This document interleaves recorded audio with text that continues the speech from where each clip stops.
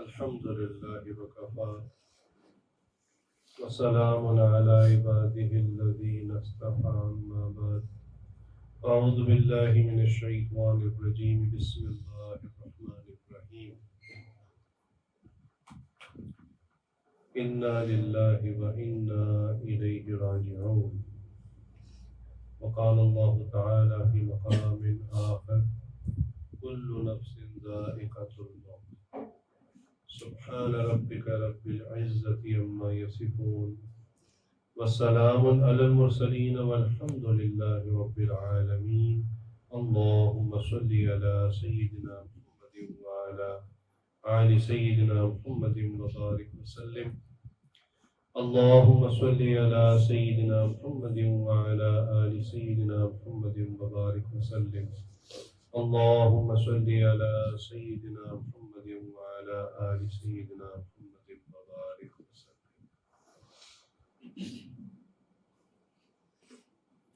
انسان اس دنیا میں کبھی بھی دائمی خوشی حاصل نہیں کر سکتا، کیونکہ انسان کی زندگی ہوا میں رکھے ہوئے چراغ کی بات، جو گل ہو گیا تو شکوہ کیسے.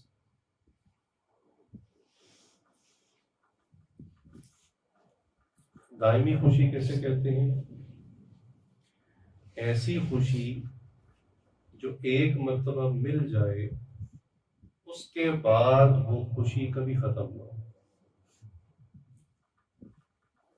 یا یوں سمجھ لیں ایسی خوشی کہ جس کے ملنے کے بعد دوبارہ غم نہ ملے. یہ چیز اس دنیا کی زندگی میں پاسبل نہیں. اللہ رب العزت نے ہمیں یہ میسج دیا قرآن کریم کے اندر، انا للہ و انا الیہ راجعون. عموماً کسی کی وفات کے موقع پر ہم یہ آیت پڑھتے ہیں، لیکن ایک روایت کے طور پہ پڑھتے ہیں. کتنے ایسے لوگ ہیں کہ جو اس آیت کا مفہوم اور ترجمہ ذہن میں رکھ کے اس آیت کو پڑھتے ہیں. میں یہ کہا کرتا ہوں کہ اگر آج کا مسلمان اس آیت کو کسی کی وفات کی خبر سن کر جب پڑھے تو اگر صرف اس کا ترجمہ اور مفہوم اپنے دل میں لے آئے تو یقین جانے کہ بھولا ہوا سبق یاد آئے. بڑی سمپل سی آیت ہے، ترجمہ بھی سادہ ہے، ابھی یاد ہو جائے گا. انا للہ، بے شک ہم سب اللہ کے ہیں، وَإِنَّا پھر دوبارہ ہی، اور بے شک الیہ اسی کی طرف، راجعون یہ اردو میں بھی لفظ ہوتا ہے رجوع کرنا، ٹھیک ہے نا، کانٹیکٹ کرنا، رابطہ کرنا. راجعون اسی ہی کی طرف دوبارہ ہم نے لوٹ کر دیا. تو وفات کی خبر ہم کسی بندے کی سنتے کہ فلاں بندہ فوت ہو گیا اور آیت یہ پڑھتے ہیں، تو یہ ہمیں سکھلایا رسول کریم صلی اللہ علیہ وسلم نے. بلکہ اتنا زیادہ یہ آیت اسی زمانے میں اتنی زیادہ اس کے ساتھ جڑی ہوئی سمجھی جاتی تھی کہ کسی موقع پہ رسول اللہ صلی اللہ علیہ وسلم فرمایا انا للہ و انا الیہ راجعون، تو حضرت عائشہ صدیقہ نے کہا یا رسول اللہ کوئی فوت ہو گیا کیا؟ تو فرمایا کہ نہیں بھائی، یہ فوت ہونے پر بھی پڑھتے ہیں، اور کسی بات کا کوئی افسوس ہو، کوئی ایسی بری خبر بندہ سن، اس پہ بھی اس کو پڑھتے ہیں. یعنی اس زمانے میں بھی صحابہ صحابیات کو پتہ تھا کہ کسی کی وفات کی خبر پر اس آیت کو پڑھیں. الحمدللہ مسلمانوں میں رواج کی حد تک تو یہ جاری ہے، لیکن اس آیت کو نا اس کا مفہوم سمجھ کے پڑھنا چاہیے کہ یہ جو فوت ہونے والا بھائی یا خاتون بہن چلی گئی ہے، یہ نہیں گئی یا یہ نہیں گیا، ہم سب ہی اللہ کے ہیں اور ہم سب نے ہی اللہ کی طرف لوٹ کے چلے. یہ ریمائنڈر ہے، یہ بار بار میسج دیا جا رہا ہے کہ ہر شخص کی وفات پر آپ اس کو پڑھیں اور اپنا سبق تازہ کریں کہ یہ اکیلا نہیں گیا، میں بھی لائن میں لگا ہوں اس کے پیچھے، اس کی باری ابھی آ گئی ہے، میری تھوڑی دیر بعد آ گئی. تو مسلمان بالخصوص، دنیا کے تمام انسان ہی اس میں شامل ہیں، لیکن بالخصوص مسلمان جس کے کانسیپٹ موت کے بارے میں، آخرت کے بارے میں بالکل کلیئر ہوتے ہیں، اس کو دنیا میں دائمی خوشی کبھی نہیں مل سکتی. کیوں؟ جتنا ہی مال مل جائے، جتنی ہی دنیا مل جائے، جتنا ہی اچھا مکان، اسباب مل جائیں، اس کو ہمیشہ یہ غم رہے گا کہ بالآخر مجھے سب کو چھوڑ کر چلے گا. اس لیے مسلمان دنیا کی زندگی میں ہمیشہ کے لیے خوشی کبھی حاصل نہیں کر سکتا. یہ وہ غم ہے جو اس کے ساتھ لگا ہے. آپ نے سنا ہوگا یا کبھی اس کو ایکسپیرینس کیا ہوگا کہ کسی ماں کا جوان بیٹا فوت ہو جائے تو بظاہر وہ سارے کام کر رہی ہوتی ہے، کھا بھی رہی ہوتی ہے، پی بھی رہی ہوتی ہے، نیند آتی ہے، سو بھی جاتی ہے، اور گھر کے دوسرے امور بھی سر انجام دے رہی ہوتی ہے، لیکن اس کے اندر ایک غم ہوتا ہے جو اندر ہی اندر اس کو نا یاد آتا رہتا ہے اپنے بیٹے کا. حالانکہ ظاہر میں سارے کام کر رہی ہوتی ہے، اندر سے غمگین ہوتی ہے. وہ زیادہ کسی بات پر ہنستی نہیں، مسکراتی نہیں. لوگ پوچھتے ہیں کہ یہ اماں جان بڑی سنجیدہ رہتی ہیں، ہر وقت اپنے کام تو کرتی ہیں لیکن کبھی ان کو مسکراتے نہیں دیکھا. وہ بتاتے ہیں کہ جی اس کو غم ہی ایسا لگ گیا، اس کا جوان بیٹا فوت ہو گیا تھا ایکسیڈنٹ میں، اس کے بعد سے اس نے مسکرانا چھوڑ دیا. وہ غم ہر وقت اس کے اندر ہے. تو مسلمان کے اندر ہمیشہ یہ غم موجود ہوتا ہے کہ بالآخر مجھے دنیا کو چھوڑ کر جانا ہے، اپنے رب سے ملاقات کرنی ہے. اور پھر وہ ملاقات کیسی ہوگی؟ وہ ملاقات بڑی خوشگوار ہوگی یا بڑی ہی قابل شرمندگی ہوگی؟ رب سے ملاقات وہ کیسی ہوگی، اس کو ہم نے اس زندگی میں ڈیفائن کرنا. ہماری یہ زندگی جیسی ہم گزار رہے ہیں، جیسے ہم اعمال کر رہے ہیں، یہی اس چیز کو متعین کر رہی ہے کہ ہم نے مرنے کے بعد جو رب سے ملاقات ہے وہ کس سینیریو میں ہوگی. خوشی کا دن ہوگا یا انتہائی غم اور خوف کا دن ہوگا. اچھا، اس کو سادہ مثال سے سمجھیں. اسٹوڈنٹس بعض بڑے غفلت کے ساتھ اپنا ٹائم سپینڈ کرتے ہیں، پورا سال گزار دیتے ہیں، پڑھائی نہیں کی، ٹائم ویسٹ کر دیا دوستوں کے ساتھ، فرینڈس کے ساتھ، کمپیوٹر گیمز کے اندر ٹائم ویسٹ کر دیا. اب جب ایگزام آتا ہے تو ایگزام میں ان کو پتا ہوتا ہے ہم نے کیا کیا، کچھ بھی نہیں کیا ہوتا. تو جب اس کے بعد رزلٹ کا دن ہوتا ہے نا، تو رزلٹ اناؤنس ہونے سے پہلے اسٹوڈنٹس کو اپنے رزلٹ کا اچھی طرح آئیڈیا ہوتا ہے. جو پاس ہونے والے ہیں وہ ذرا سیٹسفائیڈ نظر آتے ہیں چہرے سے. جو ٹاپ کرنے والے ہیں وہ اس پر پریشان ہوتے ہیں کہ کہیں ہم سیکنڈ یا تھرڈ نہ آ جائیں، ہم نے اتنی محنت کی ہے، ہمیں فرسٹ آنا چاہیے. اور جو فیل ہونے والے ہوتے ہیں نا، ان کے رنگ اڑے ہوتے ہیں، ان کو پسینہ آیا ہوتا ہے. ابھی رزلٹ اناؤنس نہیں ہوا، ان کو پتہ چل جاتا ہے کہ ہم نے سارا سال کیا کیا ہے اور اب رزلٹ کیا ہوگا. تو اگر ہم جاننا چاہیں کہ قیامت کے دن ہمارا رزلٹ کیسا ہوگا تو یہ کوئی اتنی مشکل بات نہیں جس کو ہم سوچیں کہ پتہ نہیں ایک سرپرائزنگلی نامہ اعمال ملے گا اور ہم اس وقت پتہ چلے گا ہم کہاں سٹینڈ کرتے ہیں. نہیں، آج پتہ چلتا ہے، آج پتہ چلتا ہے. ہمارے ایک دوست تھے، اتنے ذہین تھے کہ جب وہ پیپر اٹیمپٹ کرتے تھے تو اٹیمپٹ کرنے سے پہلے وہ کوشچن پیپر کو نا بہت اچھی طرح پڑھتے تھے. ان کی عادت تھی، وہ کہتے تھے میں 7 8 10 دفعہ کوشچن پیپر کو پڑھتا ہوں. وہ اسٹارٹ نہیں کرتے تھے، تقریباً پیپر شروع ہونے کے کوئی آدھا گھنٹے کے بعد وہ اسٹارٹ کرتے تھے، پڑھتے رہتے تھے اس کو. تو ایک مرتبہ نے پوچھا اتنی دیر پڑھتے رہتے ہیں، آخر بندے کو جو سوال آتا ہے وہ شروع کر دیتا فٹافٹ. تو کہنے لگے میں ایگزامینیشن ہال میں نا اپنا رزلٹ نکال دیتا. اتنے ذہین تھے وہ. میں کہا اچھا وہ کیسے؟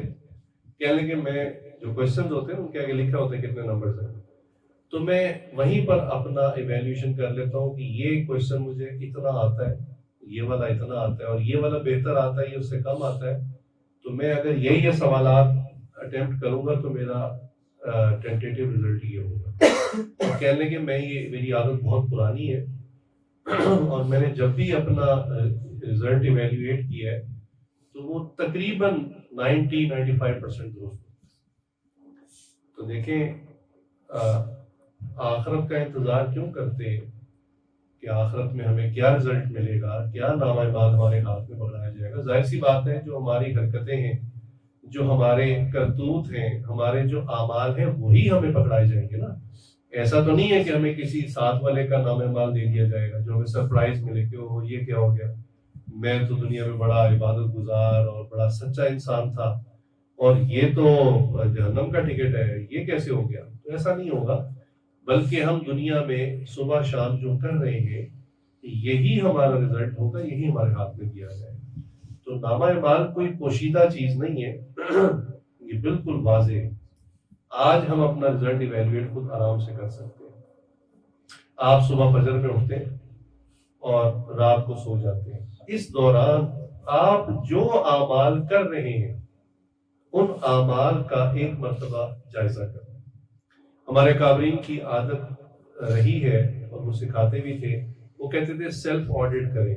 سارا دن جب سپینڈ کر لیا تو رات کو ایک دفعہ اپنا سیلف آڈٹ کریں اعمال کے اعتبار سے کہ آج آپ نے کتنی نمازیں جو ہیں وہ یعنی اکابرین کا تو یہ حال تھا کہ وہ باجماعت نماز مسجد میں پڑھتے تھے، لیکن ایک عام آدمی یہ سوچے کہ میں نے فرض نمازیں کتنی چھوڑی ہیں، آج میں نے اللہ کا ذکر کتنا کیا ہے، میں نے تلاوت قرآن کی ہے نہیں کی ہے، درود شریف میں نے کتنا پڑھا ہے، کلمے کا ذکر، اللہ کا ذکر، قرآن کی مختلف صورتیں، سورہ رحمان، سورہ یاسین، سورہ ملک وغیرہ کتنی پڑھی، نوافل میں نے تہجد پڑھی ہے، اشراق پڑھی ہے، چاش توابین پڑھی ہے نہیں پڑھی۔ اسی طرح میں نے سارا دن کوئی جھوٹ تو نہیں بول دیا۔ جھوٹ انسان نا عام حالت میں نہیں بولتا، ہمیشہ مصلحتاً بولتا ہے، ضرورتاً بولتا ہے۔ جب وہ پھنس جاتا ہے کسی سچویشن تو انسان دیکھے کہ آج میں نے جھوٹ تو نہیں بولا، آج میں نے کسی کو دھوکہ تو نہیں دیا، یا کسی کو میں نے ہرٹ تو نہیں کیا کہ میری وجہ سے کوئی ہرٹ ہو گیا ہو۔ آج کل تو لوگ یعنی سڑک کے اوپر ڈرائیونگ کے دوران دوسروں کو بہت ہرٹ کر دیتے ہیں، بہت زیادہ، اور اس کا اندازہ بھی نہیں ہوتا کہ آخرت میں اس کا بھی حساب ہوگا۔ آخرت میں اس کا بھی حساب کہ آپ کی وہ لین نہیں تھی اور آپ نے بڑے سمارٹ بن کے جلدی سے گاڑی جو ہے وہ اگلے کو سائڈ دے کے نکال لی ہے، اگلا ڈر گیا اس نے بریک لگا دی ہے۔ تو یہ جو مسلمان کو ڈرایا ہے اور اس کا حق تھا، رائٹ اس کا تھا پہلے، اور آپ نے جلد بازی کی، تو اتنی سی بات کا بھی آخرت میں حساب ہوگا۔ تو ہمارے اکابرین کا یہ معمول تھا کہ وہ رات کے وقت سونے سے پہلے کچھ دیر اپنا محاسبہ کرتے تھے، سیلف آڈٹ کرتے تھے کہ آج میں نے کس کس کو تکلیف دی، کس کس کے ساتھ میں نے جھوٹ بولا، کس کے ساتھ یہ معاملہ کیا۔ اس کا ایک فائدہ یہ ہوتا ہے کہ انسان اگر تو اللہ تعالیٰ کے حقوق میں سے کوئی چیز رہ گئی تو استغفار کرتا ہے، فرائض میں سے کچھ رہ گیا تو اٹھ کے قضا کر لیتا ہے، اس کو ادا کر لیتا ہے، اور اگر انسانوں میں سے کوئی کسی کا حق مارا گیا، کوئی تکلیف ہو گئی، تو چلو رات کو جب احساس ہو گیا تھا، ضمیر کی عدالت میں کھڑے ہوئے تھے، اس وقت بندہ اس کو کال کر لیتا ہے، میسج کر کے معذرت کر لیتا ہے کہ بس اس وقت میرے سے ایسا معاملہ ہو گیا، آپ مجھے اللہ کے لیے معاف کر۔ تو یہ روز کا جو آڈٹ ہے، اس سے ہی آپ کا نامہ اعمال آخرت میں آپ کو پتہ چل جائے گا وہ کیا ہے۔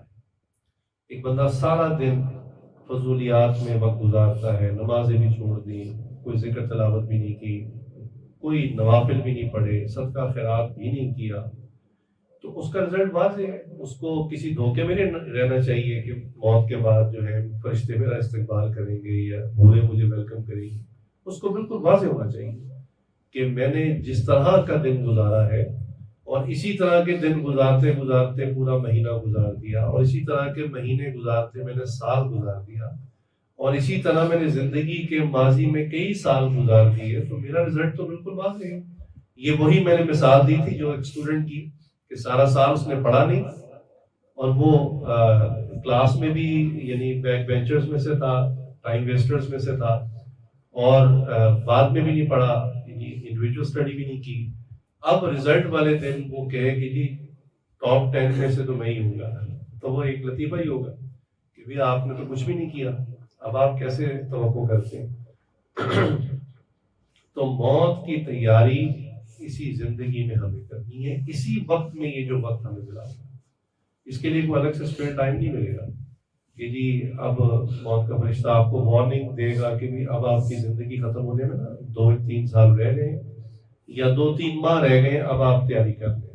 ایسا نہیں ہوگا. اسی زندگی جو صبح شام ہم گزار رہے ہیں اسی کے اندر ہمیں آخرت کی تیاری کرنی. کیوں؟ انا للہ و انا الیہ راجعون. ہم سب اللہ کے ہیں اور اللہ کی طرف لوٹ کر جائیں. کل نفس ذائقۃ الموت. ہر جی نے موت کا مزہ چکھا ہے. کوئی بھی اس سے کسی کو اسپیئر نہیں ملے گا. حتیٰ کہ نبی کریم صلی اللہ علیہ وآلہ وسلم، اللہ کے محبوب، فرشتوں کے محبوب، انسانوں کے محبوب، تمام مخلوقات کے محبوب، تمام انبیاء کے سردار، جب ان کو بھی دنیا سے جانا پڑا تو بتائیے پھر ان کے بعد کون ایسی شخصیت ہو سکتی ہے جو یہ سوچنا شروع کرے کہ مجھے موت نہیں آئے. یہ جو قبروں کے اندر لوگ لیٹے ہوئے ہیں، اس لیے حکم بھی ہے، حدیث بھی ہے کہ آپ کبھی کبھی قبرستان چلے جانا چاہیے اپنی آخرت کے لیے. تو آپ دیکھیں اب تو خیر وہ باقاعدہ کتبے لگے ہوتے ہیں، نیم پلیٹس ہوتی ہیں، اور ڈیفینس میں تو ایسے ایسے بڑے انہوں نے نا ملٹی سٹوری بنانی شروع کر دی ہے. پہلے تھوڑی سی اونچی قبریں ہوتی تھی. کچھ عرصہ پہلے جہاں میں حیران ہوا کہ گرینائٹ ماربل اور بڑے بڑے خوبصورت ماربل اور قبر کو ڈبل اونچا 4-4 فٹ 5-5 فٹ اوپر کیا. ایک تو یہ جائز بھی نہیں ہے، اور دوسرا بس بیسیکلی وہ وہی کہ جی یہ بڑے صاحب ہیں. بہت مردہ تو سب مردہ ہی ہو جاتے ہیں، مرنے کے بعد کون بڑا چھوٹا رہتا ہے. بڑا چھوٹا تو اعمال کے اعتبار سے ہوتا ہے، لیکن وہ قبر ایسی بناتے ہیں کہ بڑی پرومیننٹ ہو کے جی یہ وہ فلاں سیٹ صاحب فوت ہوئے ہیں یا فلاں بریگیڈیئر صاحب فوت ہوئے ہیں. اچھا خیر بات یہ کر رہا تھا کہ جب کبھی قبرستان جانا ہو تو آپ دیکھیں کہ یہ کون لوگ تھے. ان کے نام لکھے ہوتے ہیں باقاعدہ، اور بعض کا جیسے میں نے کوئی ڈیزگنیشن بھی بتا دی، ایسا بھی ہوتا ہے، ڈیزگنیشن لکھی ہوتی ہے. اب یہ ہماری طرح کے انسان تھے، انہوں نے بڑے بڑے عالیشان مکان بنائے، بڑی بڑی زبردست ڈگریاں حاصل کی. بعض لوگوں نے بڑی اچیومنٹس زندگی میں کی، کوئی سائنٹسٹ ہوتے ہیں، کئی ایسے لوگ ہوتے ہیں، لیکن یہ اپنا گھر بار چھوڑ کر یہاں ان کو کیوں لا کے ڈال دیا مٹی کے نیچے. تو یہ انسان کو سوچنا چاہیے. یہ ہماری طرح کے جیتے جاگتے انسان تھے، بیوی تھی، بچے تھے، گھر تھا، جاب تھی، بزنس تھا، گاڑیاں تھیں، کوٹھیاں تھیں، لیکن یہ اچانک یہاں مٹی میں لا کے ڈال دی. تو یہ کوئی الگ سی مخلوق نہیں ہے، یہ میرے اور آپ میں سے ہی ہے. جس اس کا بلاوا آتا جائے گا اس کو مٹی میں ایسے ڈال دیا جائے گا. تو اس سے انسان کو نا فکر آخرت اس کے اندر پیدا ہوتی ہے کہ جب یہ لوگ چلے گئے، اتنے اتنے قابل لوگ چلے گئے، تو میں نے بھی چلے جانا.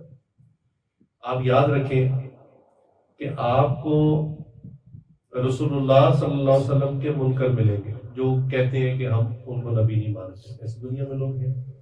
آپ کو اللہ کے منکر ملیں گے جو ایتھیسٹ ہیں، دہری ہیں، وہ کہتے ہیں کوئی خدا نہیں ہے، سب کچھ ایک ایوولوشن اور یعنی چیزوں کے ملاپ سے تیسری چیز بن جاتی ہے.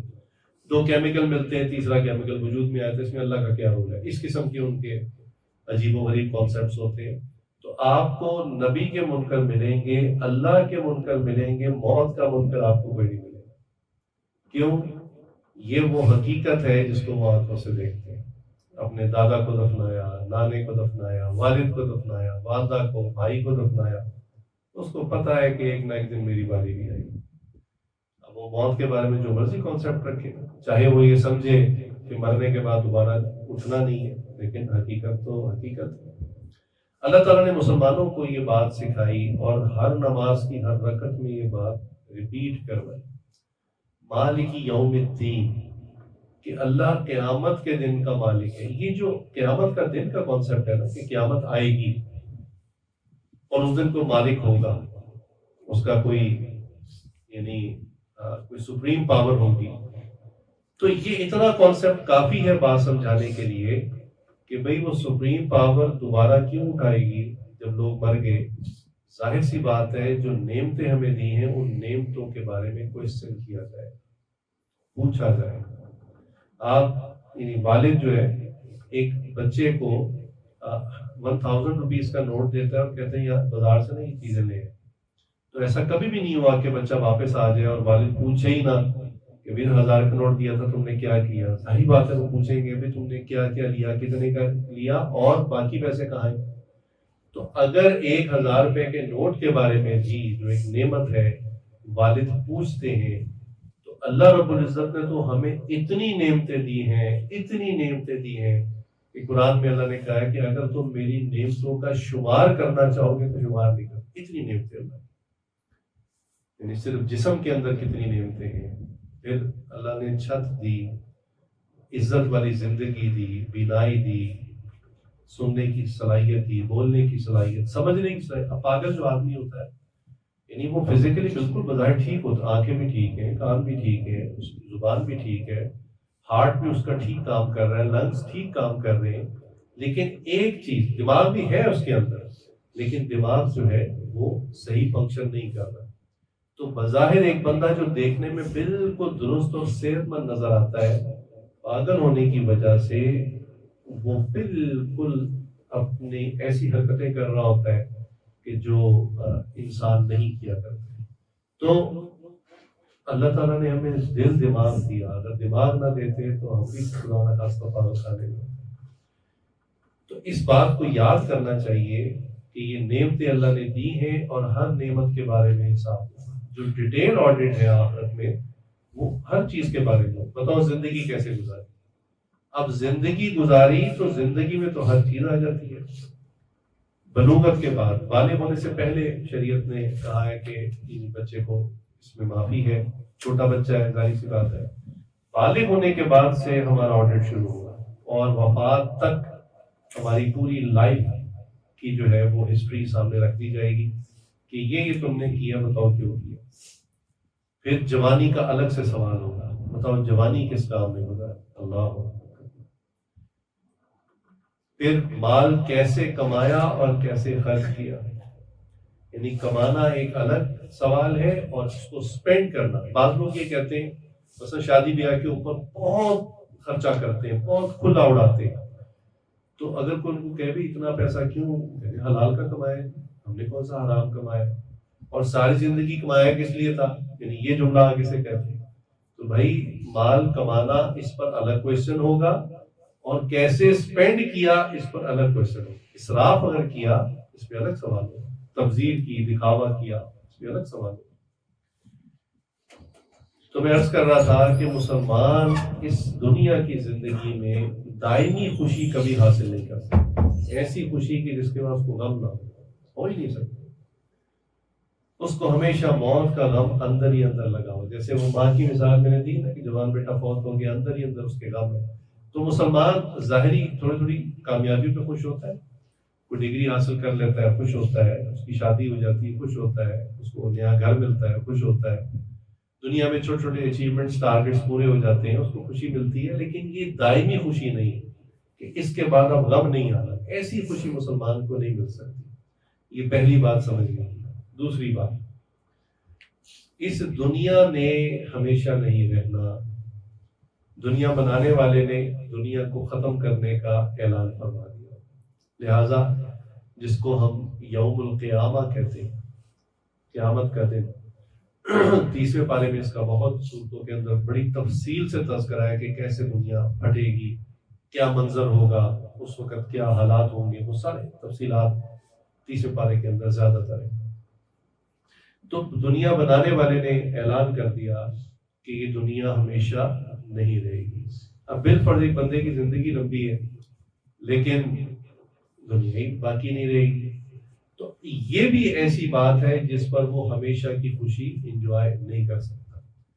چونکہ جو بندہ شاخ نازک پر آشیانہ بنائے گا ناپائیدار ہوگا. بھئی ہم اگر ایسی شاخ کے اوپر اپنا گھر بنائیں جس درخت نہیں کٹ جانا ہے, تو شاخ کتنی مرضی مضبوط ہو, جب درخت زمین بوس ہو جائے گا تو فائدہ اس کا.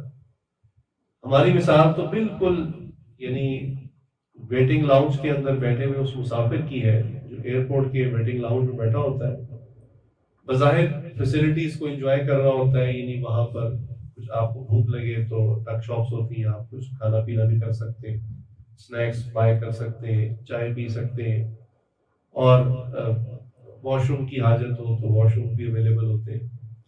تو آپ وہاں پہ کچھ ٹائم گزارتے ہیں، ضروریات بھی پوری کرتے، لوگوں کو نیند آتی ہے وہاں پہ سو بھی جاتے ہیں، لیکن بالآخر وہاں سے جانا ہوتا ہے۔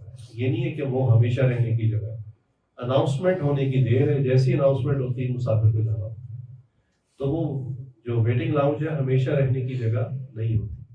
اسی طرح یہ دنیا کی مثال مسافر خانے کی حدیث میں آتا ہے کہ مسافر خانے، تو مسافر خانہ یہی ہوتا ہے کہ لوگ آتے ہیں سفر سے تھکے ہوئے ہوتے ہیں، تھوڑی دیر آرام کرتے ہیں، کچھ کھاتے پیتے ہیں، اپنی ضروریات پوری کرتے ہیں اور پھر اپنے سفر کی طرف چلے جاتے ہیں۔ تو یہ جو مسافر خانہ ہے نا، اس سے ہمیں جانا ہے۔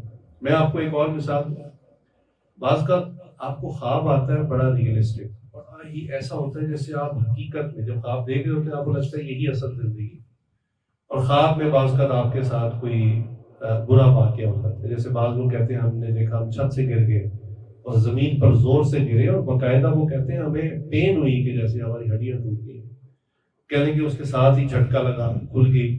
تو جیسے ہی آنکھ کھلی نا تو کہنے کہ شکر نکلا کہ وہ یہ خواب تھا، یہ حقیقت نہیں تھی، اور ریئل ورلڈ یہ ہے جس میں اب ہم موجود ہیں، یعنی وہ خواب تھا۔ تو بڑی خوشی ہوتی ہے کہ شکر ہے یہ جو برا واقعہ ہوا یہ خواب میں ہی ہوا، ریئل ورلڈ میں نہیں ہوا۔ آپ کو ایک سیکنڈ بھی نہیں لگتا، لیس دین اے سیکنڈ آپ کو سمجھ میں آ جاتی ہے کہ اصل دنیا کون سی تھی اور خواب کون سی دنیا میں تھا، اور آپ وہاں سے ٹرانزٹ ہو کے خواب کی دنیا سے ٹرانزٹ ہو کے ریئل ورلڈ میں آ رہے ہیں، ایک سیکنڈ سے بھی کم وقت لگتا ہے۔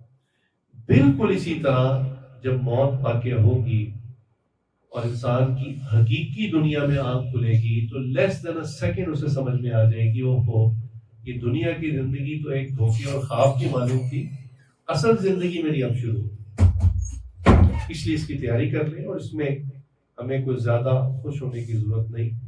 دوسری بات جس کو میں کہہ رہا تھا کہ اس دنیا نے باقی نہیں رہنا، قرآن کریم میں بھی قیامت کا بار بار تذکرہ ہے، اور رسول کریم صلی اللہ علیہ وسلم نے بھی اپنی مبارک حدیث کے اندر اس کا تذکرہ فرمایا ہے کہ دنیا نے ختم ہو جانا۔ آپ صلی اللہ علیہ وسلم نے قیامت آنے کی کچھ علامات اور نشانیاں بتائی ہیں، یعنی کیلنڈر کی ڈیٹ تو اللہ اور اللہ کے رسول نے بھی نہیں بتائی، لہٰذا کیلنڈر والی ڈیٹ کسی کو معلوم نہیں ہے کہ ایگزیکٹلی جو ہے وہ سن 2030 میں قیامت آئے گی یا 3000 سم تھنگ میں آئے گی۔ اگر کوئی بندہ یہ دعویٰ کرتا ہے کہ جی میں کیلنڈر کی ڈیٹ اناؤنس کرتا ہوں کہ فلاں ڈیٹ کو قیامت آ جائے گی، تو وہ جھوٹ بول رہا ہے، اور ماضی میں ایسے جھوٹ واضح ہوئے بھی ہیں۔ 1999 کا مجھے اچھی طرح یاد ہے، آپ بھی سب اتنے بالغ تو ہیں کہ جب ایئر 2000 سٹارٹ ہونا تھا اس وقت یہ بات دنیا میں چل پڑی کہ جی جیسے ہی سن 2000 آئے گا تو قیامت آ جائے گی، اور اس پر بہت زیادہ دنیا میں شور مچایا گیا اور بہت اس کو میڈیا کے اندر پھیلایا گیا۔ تو سن 2000 تو بہت پیچھے رہ گیا، پھر 2012 میں بھی ایسی بات چلی کہ قیامت آ جائے گی۔ تو دیکھیں کیلنڈر کی ڈیٹ اگر کوئی بندہ کہتا ہے تو وہ جھوٹ بول رہا ہے، وہ غلط بیانی کر رہا ہے، اس کی کوئی حقیقت نہیں۔ اس کی میں ایک مثال ایک پر لطف بات سے کیا کرتا ہوں کہ وہ ایک بحری جہاز تھا جس کے اندر ایک ٹھگ تھا، ٹھگ ہوتا ہے لوگوں کو فراڈ کرتے ہیں، دھوکہ دیتے ہیں، اس کے ساتھ اس کا ایک چیلا بھی تھا۔ تو ہوا یہ کہ سمندر طوفان آ گیا، اب طوفان آیا تو وہ جو شپ تھا وہ ڈولے بہت برے طریقے سے، اور قریب تھا کہ ابھی الٹ جائے گا۔ تو وہ جو ٹھگ تھا نا اس نے اپنے چیلے سے کہا کہ تم پورے شپ میں اعلان کر دو کہ یہ جو ہے بڑے اللہ والے ہیں، بزرگ ہیں، ان کو منا لو، ان سے دعا کرا لو، اگر انہوں نے ہاتھ اٹھا دیے نا تو یہ بچ جائے گا، شپ یہ ڈوبے گا۔ اچھا اس نے جا کے وہ چیلا تھا ان کا وہ سارا سب کو بتا دیا۔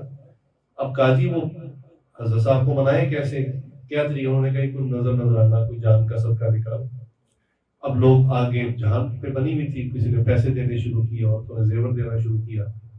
جب وہ سارا کچھ ان کو ان کے آگے رکھ دیا تو انہوں نے کہا بچہ جاؤ مطمئن ہو جاؤ، کچھ بھی نہیں ہوتا، ہم آرام سے کنارے پہ لگ جائیں۔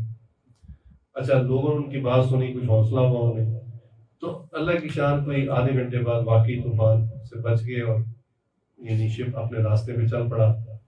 جب وہ اپنی منزل پہ پہنچے تو وہ ٹھگ جو ہے وہ سارا مال پیسہ لے کر ایک طرف کو نکل پڑے۔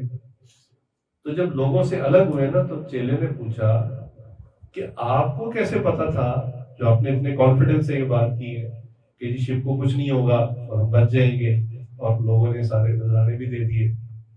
اس نے کہا کہ بھائی دیکھو، اگر تو شپ حقیقت میں ڈوب جاتا تو سمندر کے اندر گہرائی میں کس نے میرا گربان پکڑنا تھا؟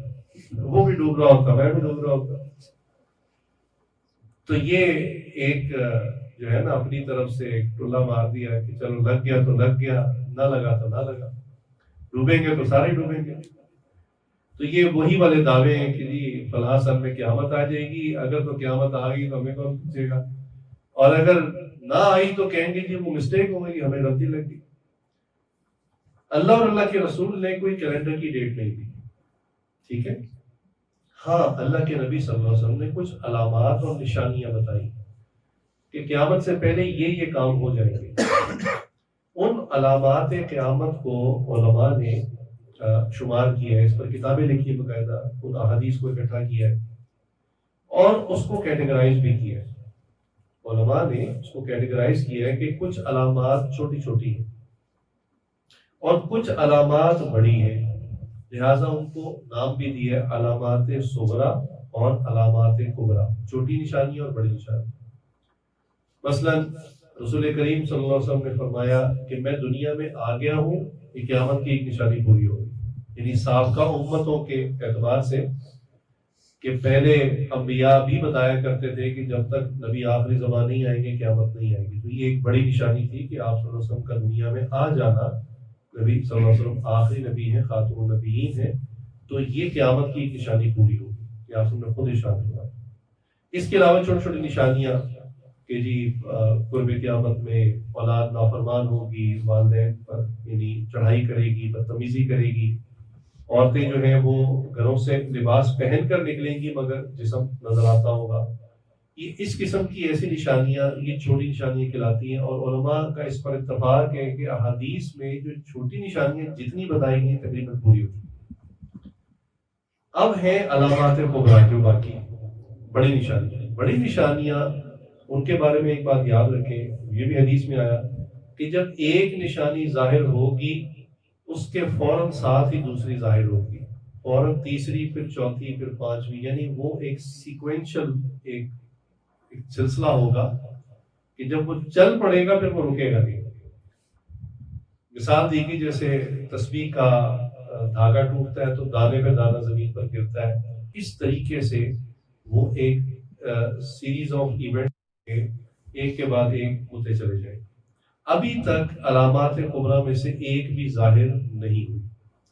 مثلا بڑی نشانیوں میں سے ایک نشانی یہ ہے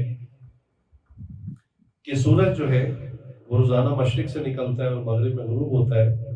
تو علامات قیامت میں سے ایک ہے کہ ایک دن ایسا آئے گا کہ سورج مغرب سے نکلے گا اور دن کے درمیان میں یعنی جس کو زوال کہتے ہیں وہاں تک سینٹر تک آئے گا اور واپس مغرب میں چلا جائے گا. اس کے بعد پھر روٹین دوبارہ سے وہی شروع ہو جائے گی کہ مشرق سے نکلنا اور مغرب. یہ علامت بھی ایسی بتائی گئی کہ یہ توبہ کا آخری دن ہوگا، کہ چونکہ اب اللہ تعالیٰ بالکل ویژولی، ہمارا ایمان بالغیب ہے، میں نے اس پر کئی دفعہ بات کی ہے کہ یہ بلیو آن دا ان سین ہے، اور یہی ہمارا ٹیسٹ ہے کہ ہم رسول اللہ صلی اللہ علیہ وسلم کی بات کو کتنا بلیو کرتے ہیں. آنکھوں سے دیکھنے کے بعد تو بچہ بھی مان جاتا ہے کہ ہاں جی یہ تو چیز نظر آ رہی ہے مجھے، پھر ایمان تو نہیں رہتا، پھر تو وہ مشاہدہ ایکسپیرینس ہے. آپ کو جو چیز آنکھوں سے نظر آ رہی ہے، آپ کون بندہ ہی کہا، میں آپ کو کہوں گی آپ کو مائک نظر آ رہا ہے، اوبیسلی آپ کہیں گے نظر آ رہا ہے. تو جو چیز آنکھوں سے نظر آتی ہے وہ ایمان نہیں ہوتی، وہ ایکسپیرینس ہوتی ہے، مشاہدہ ہوتا ہے. اللہ تعالیٰ علامات بڑی بڑی دکھا کر یہ ثابت کر دیں گے کہ رسول اللہ صلی اللہ علیہ وسلم نے جو بات ارشاد فرمائی، جس پر صدیوں سے مسلمان بن دیکھے ایمان لاتے رہے، اس کی پہلی نشانی ظاہر ہو گئی. تو یہ جب سورج مغرب سے نکلے گا یہ لاسٹ ڈے ہوگا توبہ کے لیے، اور یہ بڑا طویل دن ہوگا، اور اس میں پوری دنیا کے اندر مسلمان لوگوں میں پھیل جائیں گے تبلیغ کے لیے، اور ان کو توبہ کروانے کی کوشش کریں گے اور بتائیں گے یہ آخری سائن ہے جو پورا ہو رہا ہے. اس کے بعد کسی کا ایمان قابل اعتماد نہیں ہو، چونکہ وہ آپ نے ویژولی دیکھ لیا ہے، لہٰذا لوگوں کو توبہ کروائیں گے. یہ ہمارا ایمان ہے کہ یہ ہو کر رہے گا. کیسے ہوگا یہ وقت پر اپنے ٹائم پر ہو جائے گا، لیکن تاہم کچھ ایسی اس کی لاجیکل اور سائنٹیفک ایکسپلینیشنز بھی ہیں. میں کہا کرتا ہوں انسان اپنے ہاتھوں سے تباہی کو دعوت دیتا ہے، لہذا انسانوں کی ہی غلطی کی وجہ سے یہ نشانیاں جلدی پوری ہوں گی. مثلا چائنا نے 2 بہت بڑے ڈیم بنائے. ویسے چائنا نے بہت سارے ڈیم بنائے ہوئے، لیکن 2 اس نے بہت بڑے ڈیم بنائے ہیں. اتنے بڑے ڈیم کہ ان کے اپنے کئی چھوٹے شہر یا گاؤں اس کے اندر آ جاتے ہیں. اتنے بڑے، بہت بڑا ایریا کلیئر کروا کے انہوں نے بنایا. اب جب اس میں ایک ہی جگہ پانی اکٹھا ہو گیا، اتنا پانی اکٹھا ہوا، تو باقاعدہ اس کو آبزرو کیا گیا کہ دنیا کی جو سپننگ سپیڈ ہے اس کے اندر جو ہے وہ فرق آ گیا. اس کی مثال سمجھے کہ جیسے آپ کی گاڑی کے ٹائر جو ہے وہ الائنمنٹ نہ ہوئی ہو، تو جب آپ ہائی سپیڈ پہ جاتے ہیں تو گاڑی ببلنگ کرنا شروع ہو جاتی ہے، پوری گاڑی وائبریٹ کرنا شروع ہو جاتی ہے. تو دنیا ایک ہائی سپیڈ پہ جو ہے وہ اپنے آربٹ پہ گھوم رہی ہے. تو اتنے بڑے ڈیم بنانے کی وجہ سے اس کی سپننگ سپیڈ میں یعنی 0.0 سم تھنگ سیکنڈز کا فرق آ گیا، اور ابھی وہ مزید اس طرح کے ڈیم بنانے کا ضرورت ہے. تو دیکھیں انسان اپنے ہاتھوں اپنی تباہی کی تیاریاں کر رہا ہے. تو بہرحال نشانی تو پوری ہونی ہے. اب چاہے من جانب اللہ کوئی قدرتی ایسا معاملہ بن جائے یا انسانوں کی طرف سے جو ہے وہ انجینئرڈ ہو ایسا معاملہ، لیکن یہ نشانی پوری ہو کر رہے گی. اسی طرح قرب قیامت میں بڑی لڑائی ہوگی، جس کو آج کل لوگ کہہ رہے ورلڈ وار 3 ہوگی، تو وہ شاید دنیا کی آخری جنگ ہو. حدیث مبارکہ میں اس کا تذکرہ ہے ملحمہ کے نام سے. لحم کہتے ہیں عربی میں گوشت کو، کہ یعنی اتنے انسانوں کی باڈیز گریں گی، اتنی باڈیز گریں گی کہ ہر طرف گوشت ہی گوشت، نہیں انسانی گوشت ہوگا. تو اس کو ملحمہ کہا گیا کہ گوشت کے پہاڑ لگے ہوئے. اللہ اکبر. تو یہ اتنی بڑی جنگ ہوگی، اس میں اتنے لوگ قتل ہوں گے، اتنے لوگوں کی وفات ہوگی. ان کی تفصیل احادیث کے اندر موجود ہے. یہ تیسری وہ بات ہے کہ جس کی وجہ سے مسلمان دنیا میں کبھی بھی دائمی خوشی حاصل نہیں کر سکتے. پہلی بات میں نے اس کی تھی کہ انا للہ و انا الیہ راجعون، ہم سب اللہ کے ہیں اور اللہ کی طرف لوٹ کر جانے والے ہیں. یہ ایک تلوار ہمارے سر پر ہمیشہ موجود ہے کہ بالآخر ہم پیدا ہو چکے ہیں تو ایک دن ہمیں مرنا ہے، دنیا سے جانا ہے. حیرت ہوتی ہے ان لوگوں پر جو سال پورا ہونے کے بعد اپنی برتھ ڈے منا رہے ہو، سالگرہ منا رہے ہو. عقلی طور پہ بھی دیکھیں کہ ایک شخص کی زندگی کا 1 سال کم ہو گیا ہے اور وہ خوش ہو رہا ہے. پتہ نہیں کس بات پہ خوش ہو رہا ہے کہ لو جی 1 سال بھی بچ گئے، اسی بات پہ شاید خوش ہو رہا ہے. ورنہ تو اگر جس شخص کی زندگی 50 سال تھی اور 45 سال ہو چکے ہیں تو اس کے پاس تو صرف 5 سال باقی ہے، اور وہ خوش ہو رہا ہے، کیک کاٹ رہا ہے جی کہ میں 45 سال کا ہو گیا ہوں. بھائی آپ کی زندگی کم ہو رہی ہے. دیکھیے سزائے موت کے قیدی جیل میں ہوتے ہیں، تو جس کا جتنا ٹائم کم ہو جاتا ہے نا وہ اتنا ہی زیادہ غمگین ہو جاتا ہے. جس کی سزا میں مثلا 1 مہینہ رہتا ہو اس کی کنڈیشن اور ہوتی ہے، جس کی سزائے موت میں 15 دن رہ گئے اس کی کنڈیشن اور ہوتی ہے، جس کا 1 ہفتہ رہ جائے اس کی اور جس کے 24 گھنٹے رہ گئے. تو یہ جیل کے عملہ بتاتے ہیں کہ وہ کھانا پینا بھی چھوڑ دیتا. وہ کہتا ہے کھا پی کے کیا کرنا ہے، 24 گھنٹے 48 گھنٹے پہلے وہ کھانا پینا اس کا کھانا دیتے ہیں اس کو، وہ کھاتا ہی نہیں، چھوڑ دیتا ہے. اس کی حالت یہ ہو جاتی ہے کہ میری وفات میں موت میں صرف 24 گھنٹے یا 18 گھنٹے یا 6 گھنٹے رہے. اس کی حالت ایسی ہو جاتی ہے.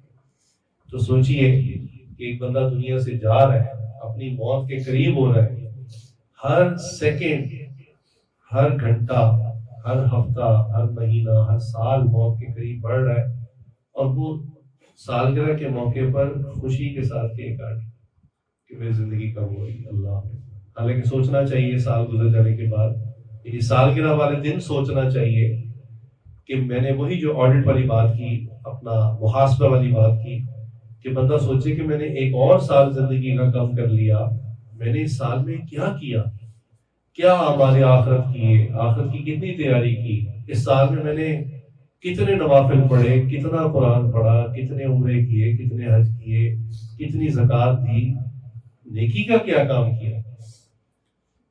تو ایک تو یہ تلوار ہم سب کے اوپر لٹک رہی ہے کہ ہم نے مر جانا ہے. ہماری ڈیٹ آف ایکسپائری اسی وقت لکھ دی گئی تھی جب روح ڈالی گئی. حدیث میں آتا ہے جب فرشتہ ماں کے رحم میں آ کے روح ڈالتا ہے اسی وقت اس چیز کو ڈی این اے کے اندر لکھ دیتا ہے کہ اس بندے نے مرنا ہے. چنانچہ ایک کانسیپٹ، ایک تھیوری چلی تھی، کلون تھیوری. اس پر ریسرچ بھی ہوئی، سائنسدانوں نے کام بھی کافی کیا، اور اس میں کچھ جانوروں کی حد تک یہ تھا بھی انسانوں تک پہنچنا تھا انہوں نے. تو جانوروں کی حد تک کچھ جانور کلون بھی کیے انہوں نے. تھیوری کیا تھی؟ وہ کہتے تھے کہ بھئی انسان جو ہے اس کا جو بلڈ لے لیا جائے اور آرٹیفیشلی اس کو گرو کیا جائے تو ایک انسان کی کاپی دوسرا انسان بن جائے گا. تو جو پہلا بندہ ایکسپائر ہو جائے گا تو دوسرا اویلیبل ہوگا، پھر جب وہ ایکسپائر ہونے لگے گا تو تیسرا بن جائے گا، جیسے فوٹو کاپی ہوتی ہے. تو اس طرح انسان امر ہو جائے گا، یعنی کبھی موت نہیں آئے گی. یہ بیسک تھیوری تھی. لیکن عجیب بات کہ انہوں نے ایکسپیریمنٹ جب کیا تو وہ حیران ہو گئے کہ چونکہ اوریجنل کا ہی بلڈ لیا تھا، اس سے کلون تیار کیا، تو جب اصل اینیمل کی وفات ہوئی اسی وقت اس کے کلون کی جو باڈی تھی وہ بھی زمین پہ گر کے وہ بھی ختم ہو گئی. تو بڑے حیران ہوئے کہ بھئی وہ تو کاؤ جو تھی وہ بوڑھی تھی اور یہ تو جوان تھی. تو جب انہوں نے اس پہ ریسرچ کی کہ یہ کیا ماجرا تھا تو پتہ چلا کہ اس کے ڈی این اے میں ڈیٹ آف ایکسپائر لکھی ہوئی تھی. اب چونکہ انہوں نے کاپی ہی اس کے بلڈ سے کرنی تھی تو وہ ٹائم بم اس کے بلڈ کے اندر موجود تھی. اب جتنی مرضی کاپیز نکال لیں، جب موت آنی ہے تو ساری کلونز کاپیز میں ختم ہو جاتی. اس کی وجہ سے یہ دنیا کے اندر پھر یہ ریسرچ انہوں نے بند کر دی. اس پر بہت پیسہ لگا تھا اور بالآخر اس کو انہوں نے کہا کنڈیم کر دیا کہ اس کا کوئی فائدہ نہیں ہے، یعنی انسانوں پر اس کو ریسرچ ہم نہیں کریں گے، اور اس کو چھوڑ دیا گیا.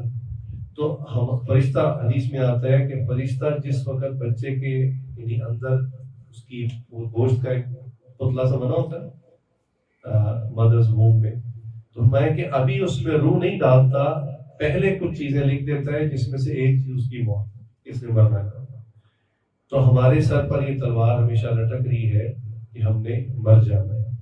اس کی وجہ سے ہم کبھی بھی دائمی خوشی حاصل نہیں کر سکتے. دوسری بات یہ کہ اس دنیا نے ختم ہو جانا، بالآخر قیامت آ جائے گی.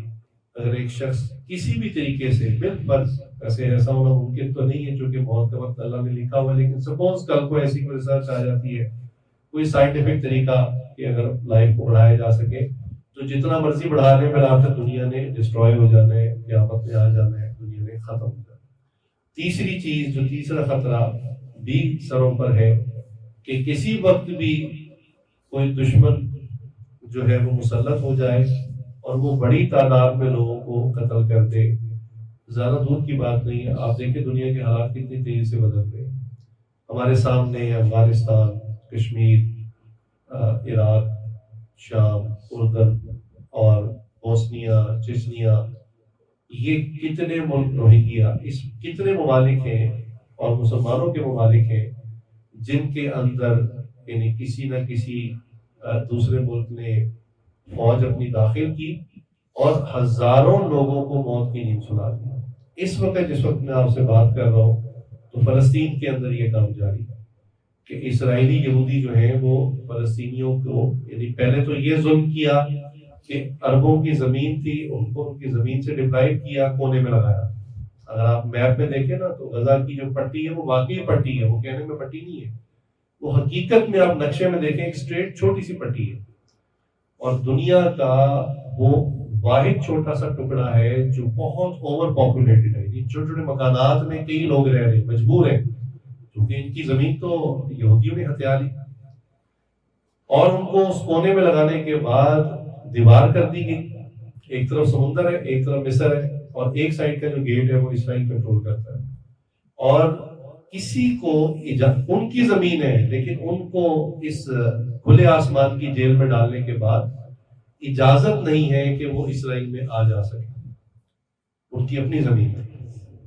تو ذرا اندازہ کیجیے نا کہ آپ کو آپ کے گھر سے نکال کے کوئی باتھ روم میں بند کر دے، باقی گھر آپ ہی کا ہے، لیکن آپ ہی کو گھر کے باتھ روم میں بند کر دیں کہ بس تم نے یہی رہنا، یہاں سے نہیں نکلنا، ہمارا دل کرے گا تو تمہیں کھانا دے دیں گے، ہمارا دل کرے گا تو باہر آنے کی اجازت دیں گے، ہمارا دل کرے گا نہیں دل کرے گا تو تم اندر ہی رہو۔ تو آپ اندازہ کیجئے کہ آپ کی کنڈیشن اس وقت کیا ہوگی۔ تو یہ حالات ہیں اس وقت۔ تو جب انہوں نے اس دیوار کو توڑ کر واپس اپنا لینڈ لینے کی کوشش کی تو یہ پوری دنیا کو میڈیا دکھا رہا ہے کہ جی انہوں نے اوفینس کیا ہے، یہ انہوں نے اسرائیل پر حملہ کیا ہے، بھلا اپنے ہی گھر کو واپس لینے کو حملہ کہا جا رہا ہے۔ ان کا اپنا گھر ہے، ان کو دیوار کی طرف کیوں لگایا گیا، کیوں دیوار کی گئی؟ تو یہ اپنے ہی رائٹس کے لیے انہوں نے ایک کوشش کی ہے، لیکن وہی بات ہے کہ میڈیا جس کے کنٹرول میں ہو تو وہ اپنی مرضی کی چیز دکھاتا ہے۔ اسرائیلیوں نے کتنی مرتبہ بمباری کی، کتنی مرتبہ چھوٹے چھوٹے بچوں کو قتل کیا۔ ابھی صرف ان چند دنوں میں، تقریباً 20 دنوں میں، ان 20 دنوں کے اندر جو انٹرنیشنل میڈیا کی رپورٹ ہے کہ زیادہ تر اموات بچوں کی، 40% اس میں بچے ہیں جو شہید ہوئے، اور تقریباً 14 لاکھ کے قریب لوگ بے گھر ہو چکے ہیں، اور کئی لوگ جو ہیں وہ وفات پا چکے ہیں، کئی ہسپتال انہوں نے بم مار کے اڑا دیے، یعنی اتنی بھی سہولت نہیں دی گئی۔ یعنی یہ تو پوری دنیا میں ایک یونیورسل رول بنا ہوا ہے، لا بنا ہوا ہے، UNO کا بھی بنایا ہوا لا ہے کہ جی مریضوں پر، ہسپتالوں پر بمباری نہیں ہوگی۔ تو بندہ آخر یعنی مریض ہے، کوئی زخمی ہے، کسی کا ہاتھ کٹ گیا، کسی کی ٹانگ کٹ گئی، تو ایک امید ہوتی ہے چلو میں ہاسپٹل میں آ گیا اور ڈاکٹر مجھے ٹریٹ کر رہے ہیں، میں ٹھیک ہو جاؤں گا۔ تو ذرا سوچیے نا کہ اسی اسپتال پر دوبارہ بمباری کر دی جائے اور اس کو بھی زمین بوس کر دیا جائے۔ تو انسانیت نام کی کوئی چیز نہیں اسرائیل کے پاس، اور اس پر ظلم یہ کہ پوری دنیا کے مسلمان ممالک بھی خاموش ہیں، اور کافر خدا کہہ رہے ہیں کہ ہم اسرائیل کی سپورٹ کریں۔ یعنی ظلم کی انتہا تو دیکھیں کہ مسلمانوں کو، تو آپ اس بات کو اس طرح سمجھیں کہ دنیا کے کسی ملک میں کافروں پر ظلم ہو رہا ہو، اس طریقے سے شہادتیں ہو رہی ہوں، یہ جنگ نہیں ہے، اس کو سمجھیں کہ یہ سلاٹر ہے۔ جنگ ہوتی ہے دو فوجوں کے درمیان کہ فوجی آپس میں لڑ رہے ہیں، اس کو جنگ کہتے ہیں۔ یہ جنگ نہیں ہوتی کہ ایک طرف تو مجاہدین اسرائیلیوں کے ٹھکانوں کو نشانہ لگا رہے ہیں اور دوسری طرف وہ عوام کو مار رہے ہیں، جس میں عورتوں کی تعداد زیادہ ہے، بچوں کی تعداد زیادہ ہے، وہ تو شہری آبادی پر بمباری کر رہے ہیں۔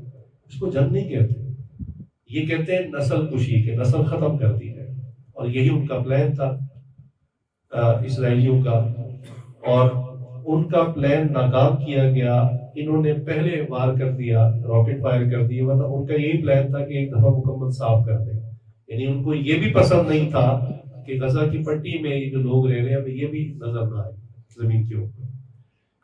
تو بہرحال اس وقت دنیا کے حالات بڑی تیزی سے بدل رہے ہیں۔ اسرائیل کے صدر نے اوپن میڈیا پر آ کر، کسی سوشل میڈیا پر یا بند کمرے میں یہ سٹیٹمنٹ نہیں دی، اوپن میڈیا پہ آ کے کہا ہے کہ ہمیں دو ملکوں سے خطرہ ہے، جس میں ایک ایران کا نام ہے اور ایک پاکستان کا نام۔ اوپن انٹرنیشنل میڈیا میں آ کے بات کی۔ تو اندازہ کیجئے کہ اللہ کا امر ہی ہے، اللہ کا کوئی اذن ہے۔ ہم تو کہتے ہیں نہ جانے کون سی وہ بات اللہ کو پسند ہے کہ پاکستان بچا ہوا ہے، ورنہ پڑوس ملک کو تو کئی دفعہ شہ دی گئی کہ اس ملک کو کھا پی جاؤ، ختم کر، اور انہوں نے اٹیمپٹ بھی کیا، اللہ نے ہی بچایا ہوا ہے۔ لیکن میں جو بات کہنا چاہ رہا ہوں کہ یہ وقت، یہ حالات کسی سیکنڈ، کسی وقت ہمارے اوپر آ سکتے ہیں، اس لیے آخرت کی تیاری کر لیں اس سے پہلے کہ ہم مسجد جانا چاہیں اور مسجد ہی موجود نہ ہو۔ اللہ اکبر۔ ہم دین کا مسئلہ سیکھنا چاہیں اور علماء ہی موجود نہ ہو، ہم قرآن پڑھنا چاہیں اور قرآن کا نسخہ ہی موجود نہ ہو۔ اس لیے ان حالات سے پہلے آخرت کی تیاری کر لیں۔ جیسے حالات بدل رہے ہیں، یہ بھی ہماری طرح کے جیتے جاگتے انسان تھے، اپنے شہروں میں بہت خوش تھے، ان کے شہروں میں بڑی سہولیات تھیں، لیکن اس وقت آپ سوشل میڈیا پہ تصویریں دیکھ ہی رہے کہ بیماری سے پہلے کیا حالت تھی اور بعد میں کیا حالت تھی۔ تو یہ اللہ کا کوئی اذن ہے، اللہ کا کوئی خاص ہمارے اعمال تو نہیں ہے۔ کم از کم میں یہ نہیں کہتا کہ پاکستانی بڑے نیک ہیں، بالکل نہیں، یہ اللہ کی کوئی حکمت ہے، کوئی ہمیں مہلت دی جا رہی ہے، ہمیں کوئی ٹائم دیا جا رہا ہے کہ ابھی توبہ کر لو، ابھی اپنی زندگی کو سنوار لو۔ لیکن یہ یاد رکھیں کہ ٹائم ہے کم، جتنا بھی ہے لیکن ہے کم۔ دس could happen any second, any minute۔ اس لیے جتنا وقت ملا ہے اس پر شکر بھی ادا کریں اور آخرت کی تیاری میں لگ جائیں. اس طرح کے حالات جب ہمارے مسلمان بہن بھائیوں کے ملک میں ہوتے ہیں تو اس وقت ہمیں کیا کرنا چاہیے؟ دیکھیے، ایک عام آدمی کیا کر سکتا ہے زندگی میں؟ آج کل یہ سوال اکثر لوگ کرتے بھی ہیں، پوچھتے ہیں کہ کیا کرنا چاہیے. دیکھیے، سولوشن وہ ہوتا ہے جو پریکٹیکل ہو. بعض نوجوان کہتے ہیں جی جہاد کا اعلان ہونا چاہیے، جہاد کی باتیں نہیں کی جاتی.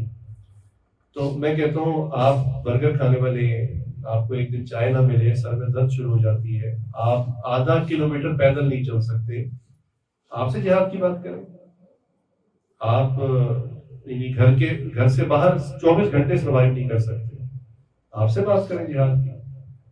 تو دیکھیے، میں صاف کہتا ہوں کہ اللہ نے ہمیں ایک نعمت دی ہے، وہ ہے پاک فوج. تو جس بندے نے جہاد کرنا ہے واقعی طرح وہ مخلص ہے جہاد کرنے کے لیے، وہ پاک فوج کے اندر چلا جائے، فوج کو جوائن کریں اور ہمارے مجاہدین میں پاک فوج میں شامل ہو جائیں اور پھر باقاعدہ جہاد کریں. وہ ٹریننگ دیں گے، اس قابل آپ کو بنائیں گے. دیکھیں نا، آپ بالفرض کسی بھی طرح، میں کہتا ہوں تو فلسطین کے راستے بند ہیں، پہنچ نہیں سکتے وہاں، کیونکہ مصر کا جو ایک گیٹ ہے صرف وہ ہے، وہ بھی بہت ہائیلی اسٹرکٹلی کنٹرولڈ ہے. ان کو پتہ ہے دنیا سے لوگ یہاں آنا چاہتے ہیں مسلمان مدد کے لیے، تو وہ بہت کم لوگوں کو ویزا دے کر، بہت ان کو اسکروٹنی کرنے کے بعد اندر جانے کی اجازت دیتے ہیں. تو میں کہتا ہوں اگر آپ پہنچ بھی گئے تو آپ کیا کریں گے وہاں جا کے؟ بتائیے، آپ کے اندر کون سی صلاحیت ہے کہ آپ وہاں جا کر کیا کر لیں گے؟ آپ لوگ کچھ بھی نہیں کر سکیں. میرے کچھ دوست انٹیلیجنس میں ہیں، انہوں نے ہمیں بتایا کہ جب یہ افغانستان میں معاملہ بنا تو یہاں سے کچھ جوشیلے نوجوان جو ہے وہ انہوں نے کہا ہم وہاں چلے جاتے ہیں. اچھا، کچھ تنظیمیں بھی تھیں چھوٹی چھوٹی جنہوں نے کہا کہ ہم لے جاتے ہیں وہاں، تو یہ ان کے ہاتھے چلے گئے. ابھی افغانستان پہنچے بھی نہیں ہیں، افغانستان کے بارڈر پہ یہ اغوا ہو گئے اور وہاں سے افغانی کرپٹ قسم کے افغانی کے انہوں نے ان کو اغوا کر لیا. انہوں نے پھر ان کے گھر فون کیا، 50 لاکھ روپے والدین نے دے کے بچے واپس لیے. اللہ اکبر. افغانستان ہی سے یہ خبر آئی تھی کہ جی اس وقت ملا عمر تھے، تو انہوں نے پیغام بھیجا تھا کہ جی آپ اپنے نوجوان نہ بھیجیں یہاں پہ. کچھ لوگ جا رہے تھے اپنے دور، انہوں نے کہا ان کو نہ بھیجیں. ان کا صاف میسج تھا کہ ہمارے پاس جو لڑائی کی اس وقت سچویشن ہے، یہ لوگ نہیں لڑ سکتے. ان کا مطلب تھا ممی ڈیڈی بچے ہیں، یہ نہیں کر سکتے کچھ، ان کو تو ہمیں بٹھا کے کھانا کھلانا پڑتا ہے اور ہمارے پاس تو راشن کا مسئلہ بنا. تو دیکھیے، جہاد کی بات کس سے کریں؟ بارڈر تک پہنچنے سے پہلے گولی کھا کے ختم ہو جائے. اس وقت تو وہ لڑائی تھوڑی ہے کہ آپ اگلے کے جا کے گربان پکڑ لیں گے. 1-1.5 کلومیٹر پہلے سے آپ کو وہ شوٹر نظر بھی نہیں آ رہا ہوگا جو آپ کو ختم کر دے گا. 1-1.5 کلومیٹر سے سنائپر. تو جنگ کی سچویشن بدل چکی ہے، وہ تلواروں کا دور نہیں ہے. تو اس کی ٹریننگ لینی ہے تو پاک فوج میں جائیں اور ادارہ موجود ہے، پھر وہ آپ کو اپنے حساب سے آگے بھیجیں. ویسے بھی جہاد جو ہے یہ انفرادی عمل نہیں ہے، یہ ایک اجتماعی چیز ہے، یہ ایک آرگنائزڈ ایکٹ ہے. ایسا نہیں ہے کہ ایک بندہ اپنے طور پہ جا کے کر لے. اس کا ایک باقاعدہ امیر ہوتا ہے، اس کے کچھ اصول ہوتے ہیں، اور جہاد کے باقاعدہ اصول ہیں جو کتابوں میں لکھے ہوئے ہیں. اسلامی لشکر کو یہاں تک ہدایت ہے کہ کسی علاقے میں جائیں تو وہاں کی فصلوں کو نقصان نہ دیں، وہاں کے درختوں کو نہ کاٹیں، وہاں کے جو پانی ہے اس کو سپوائل نہ کریں. اسرائیلی فوج کا یہ المناک ریکارڈ ہے کہ وہ جس علاقے میں بھی جاتے ہیں وہ وہاں جو پانی ہوتا ہے پینے کا اس میں پوائزن ڈال دیتے ہیں وہاں جانے سے پہلے، کہ ہم تو جا رہے ہیں، جاتے جاتے بھی وہ ایسا پوائزن ڈال جاتے ہیں کہ جو بعد میں پانی پیتے ہیں لوگ وہ بھی مر جاتے ہیں. تو فصلوں کو نقصان نہ دیں، گھروں کو نقصان نہ دیں. اگلی بات، اس شہر میں رہنے والی عورتیں، بچے اور مرد اگر وہ آپ سے مقابلے کے لیے باہر نہ نکلے انہیں کچھ نہیں کہا جائے گا.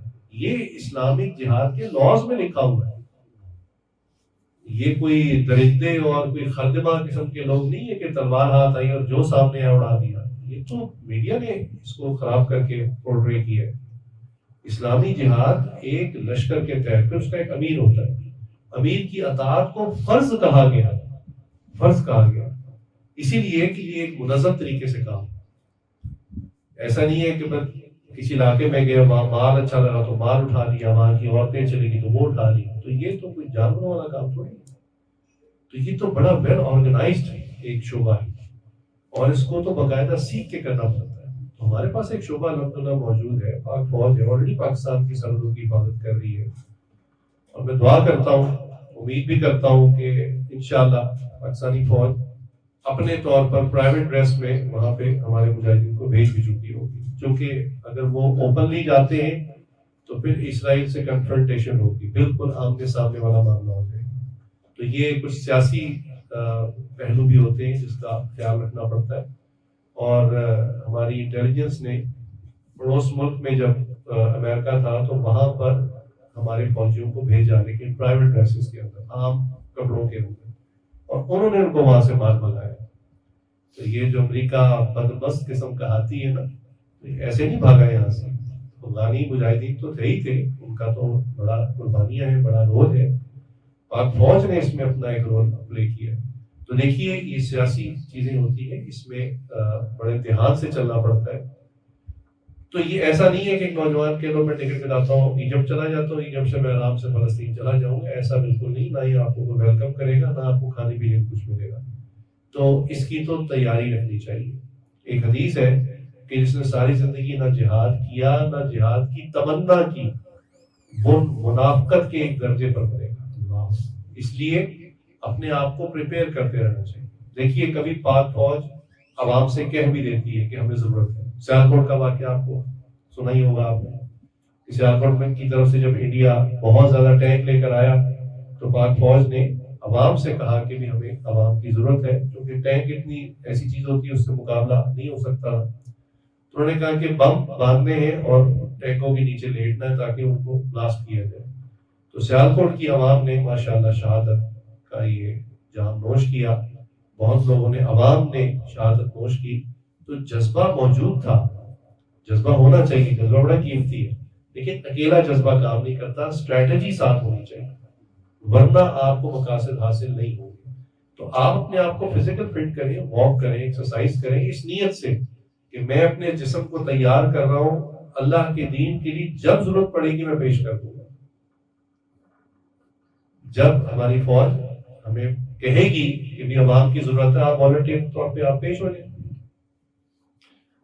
پھر ابھی کرنے کا کام کیا، کوشچن تو وہی کر رہا ہے کہ ابھی عوام کیا کر سکتی ہے، عام لوگ کیا کر سکتے ہیں۔ دیکھیے سب سے افیکٹو چیز جس کو آج کا مسلمان کچھ نہیں سمجھتا وہ دعا ہے، بہت قیمتی چیز ہے۔ نبی کریم صلی اللہ علیہ وآلہ وسلم نے تمام غزوات کے اندر جس میں خود شرکت فرمائی، رات فوجیں آمنے سامنے میدان میں بیٹھی ہیں، صبح جنگ ہونی ہے، آپ صلی اللہ علیہ وسلم نے اتنی لمبی دعائیں کی، اتنے لمبے سجدے کیے، حتیٰ کہ بعض موقعوں پر صحابہ کو شک پڑ گیا کہ آپ کی وفات ہو، اتنا لمبا سجدہ بے حرکت بھی کوئی نہیں، وہ سمجھے گھنٹوں کا سجدہ۔ تو وہ کیا تھا؟ وہ دعا تھی، حالانکہ اسباب میں لڑائی کے لیے پہنچ گئے ہیں۔ تو یہ دعا اتنی قیمتی چیز ہوتی ہے، اس کو بیکار نہ سمجھیں۔ دعا کے بارے میں اکثر یہ بات سمجھایا کرتا ہوں کہ دیکھیے آخرت میں یہ جو علامت ہے قیامت ہے، آخرت میں بھی یہ چیز واضح ہوگی۔ مثلا دجال نکلے گا، عیسیٰ علیہ السلام اس کو قتل کریں گے، اس کے بعد یاجوج ماجوج ایک قوم نکلے گی، وہ ایسی یعنی فتنہ پرست قوم ہوگی کہ وہ سب کچھ ڈسٹروائے کر دی، زمین کے اوپر جو کچھ ہوگا۔ اچھا، ان سے مقابلہ ممکن نہیں ہوگا، آؤٹ نمبرڈ ہوگا، اتنی زیادہ تعداد ہوگی کہ اوبیسلی دنیا میں اسلحہ وغیرہ گولہ بارود تو ہوگا اور مقابلہ لوگ کریں گے بھی سٹارٹ میں، لیکن ان کی تعداد اتنی ہوگی کہ بالآخر جو ہے وہ انسان ان سے ہار جائیں گے اور وہ جیت جائیں گے۔ ان کی تعداد کی ایک مثال سمجھیں، وہ ان کی فوج کی تعداد اور مقدار اتنی ہوگی، حدیث میں آیا کہ وہ ایک دریا کے پاس سے گزریں گے، فوج کا ان کے دستوں کا اگلا حصہ، اور وہ دریا سے پانی پینا شروع کریں گے اور چلتے جائیں گے، پیچھے والے بھی آتے جائیں گے، پانی پیتے جائیں گے۔ ان کے لشکر کا آخری حصہ جب اس دریا پہ پہنچے گا تو وہاں پہ صرف دریائی پتھر ہوں گے، پانی نہیں ہوگا۔ تو وہ کہیں گے لگتا ہے یہاں سے کبھی پانی بہتا تھا، یعنی یہ محاورہ ہی ہو سکتا ہے کہ دریا پی جانا، اتنی تعداد ہوگی کہ وہ پورا دریا پی جائے، تو ان سے لڑائی ممکن نہیں ہوگی۔ عیسیٰ علیہ السلام اس وقت اناؤنس کریں گے کہ مسلمان جہاں جہاں ہیں وہ قلعہ بند ہو جائیں گی، اپنے ہی گھروں میں بیسمنٹس میں بند ہو جائیں، کچھ راشن وغیرہ لے کر وہاں پر اپنے آپ کو سیو کر لیں، اور مسلمان ایسا ہی کریں گے۔ صحابہ نے پوچھا یا رسول اللہ کہ بالآخر وہ راشن ایک حد تک ہی ہوگا، پھر ختم ہو جائے گا، تو وہ لوگ کیا کریں گے؟ تو آپ نے فرمایا کہ اس وقت وہ اللہ کا ذکر کریں گے اور ذکر سے ان کا پیٹ بھر جائے گا۔ اللہ تعالیٰ اس وقت خاص معاملہ کرے گا۔ پھر فرمایا کہ ان سے جان کیسے چھوٹے گی؟ چونکہ باہر یاجوج ماجوج دندناتے پھر رہے ہیں، مقابلہ کرنے والا کوئی ہے نہیں، جو تھے وہ شہید ہو گئے، اب کیسے جان چھوٹے گی اس لشکر سے؟ مسلمان چھپے ہوئے، انسان چھپے ہوئے، باہر کب آنا ہے؟ تو لوگ عیسیٰ علیہ السلام سے درخواست کریں گے کہ آپ اللہ کے پیارے ہیں، آپ اللہ سے دعا کریں کہ ان سے جان چھوڑ دیں۔ یاد رکھیں کہ دنیا کا تمام اسلحہ، گولہ بارود، فائٹر جیٹ وغیرہ ہر چیز فیل ہو چکی ہے۔ اب وہ چیز جس کو آج کا مسلمان سب سے بیکار سمجھتا ہے، دعا، وہ کام آئے۔ عیسیٰ علیہ السلام اللہ سے دعا کریں گے، اللہ تعالیٰ یاجوج ماجوج کو ایک بیماری لگا دیں گے، کوئی سکن ڈیزیز، ان کے جسم پہ پھوڑے نکل آئیں گے، اسی ڈیزیز کی وجہ سے ان کی ہلاکت ہونی شروع ہوگی، اور پھر وہ اس طرح مریں گے کہ دن رات جیسے پورے کا پورا لشکر مرتا ہے ایسے مرنے شروع ہوں گے۔ یہ سب کس وجہ سے ہوگا؟ دعا کی۔ مسلمان تو بہت تھوڑی تعداد میں ہوں گے، مقابلہ نہیں کر سکیں گے۔ اچھا اب یہ مر گئے، مسلمان جہاں جہاں بھی چھپے ہوئے تھے باہر آ گئے کہ چلو ان سے جان چھوٹی، لیکن اب جب باہر آئیں گے تو اگلا مسئلہ کہ زمین کے ایک چپا بھی ایسا نہیں ہوگا، ایک ہاتھ کی وڈتھ بھی ایسی نہیں ہوگی جہاں پر ان کی لاش نہ ہو۔ اتنی لاشیں ہوں گی ان کی دنیا میں، اور وہ گل سڑ رہی ہوں گی، اسمیل آ رہی ہوگی۔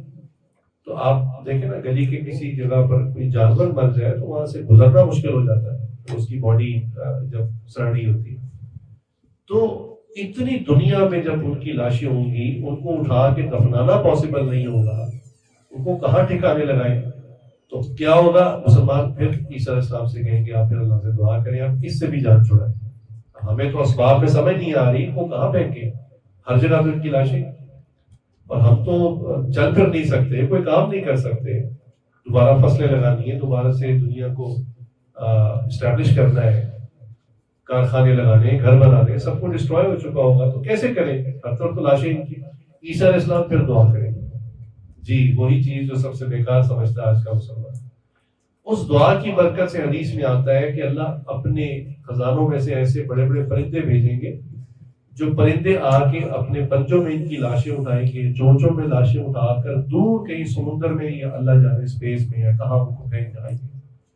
اس کے بعد ایک بہت شدید زبردست بارش ہوگی، حدیث میں آتا ہے اتنی تیز بارش ہوگی، اتنی شدید ہوگی کہ زمین کی اوپر کی سطح ایک دفعہ اکھڑ جائے گی، اور اس کے بعد جو ہے پھر برکتوں کا زمانہ ہوگا، پھر عیسیٰ علیہ السلام نئے سرے سے یعنی دنیا میں آباد کاری اور سلسلہ اور مسلمان ہوں گے، اور اس وقت چونکہ دنیا سے یہودی صاف ہو چکے ہوں گے، فتنہ ختم ہو جائے گا، اور اب دنیا میں آباد کاری ہوگی، برکت ہوگی۔ اور اس زمانے کے بارے میں حدیث میں عجیب الفاظ آتے ہیں، یعنی گندم کا جو دانہ جو بالکل چھوٹا سا ہوتا ہے، باتیں اس وقت اتنی برکت ہوگی کہ جیسے کھجور ہوتی ہے نا، اس سائز کے گندم کے دانے ہوں، اتنے اتنے بڑے۔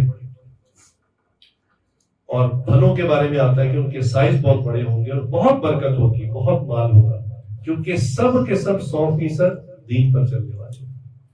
تو ہمیں یہ بات سمجھ میں آئی کہ دین پر چلنے سے برکت ہوتی ہے۔ اصل تو یہ وبال ہمارے گناہوں کا ہے۔ تو ساری بات کو میں وائنڈ اپ کرتا ہوں، وہ یہ کہ مسلمان اس دنیا کی زندگی میں دائمی خوشی حاصل نہیں کر سکتا۔ سب سے پہلے اپنی موت کا ڈر کہ ہم نے اللہ سے جا کے ملاقات کرنی ہے۔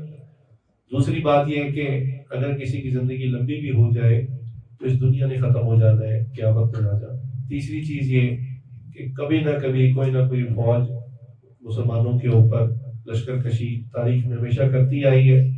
یہ بھی ظلم عظیم ہے کہ مسلمانوں کی شہادت سب سے زیادہ دنیا میں ہے، اور مسلمانوں کو ہی دہشت گرد کہا جاتا ہے، یعنی قتل بھی ہم ہو گئے اور دہشت گردی کا تمغہ اور لیبل بھی ہمارے سر پہ لگ گیا۔ تو یہ تو سب سے مظلوم ترین قوم ہے، دنیا میں کسی قوم کو اس طرح سے نہیں قتل کیا گیا، ختم نہیں کیا گیا کہ پورے پورے شہر، پورے پورے ملک تباہ کر کے قبرستان بنا دیے جائیں جتنا مسلمانوں کو کیا گیا۔ تو بہرحال یہ حالات آ چکے ہیں، آ رہے ہیں، ہمارے ارد گرد پڑوس ممالک میں یہ ہو رہا ہے سب۔